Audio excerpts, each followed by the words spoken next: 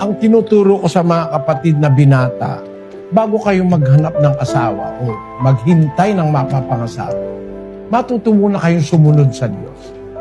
With God, we will find the best for us. Without God, we might be mistaken.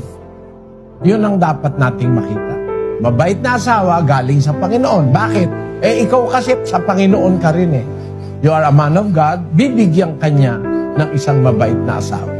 Ngayon, anong gagawin mo sa asawa mo kung hindi kanya ng natagpuan mong asawa? May pag-asa, kapatid. Ang Diyos laging nagbibigay ng pag-asa eh. Ang kailangan lang makapakinig ng salita ng Diyos, matuto ng pagtanggap ng salita ng Diyos, pwedeng mabago yun eh. Nababago yan eh.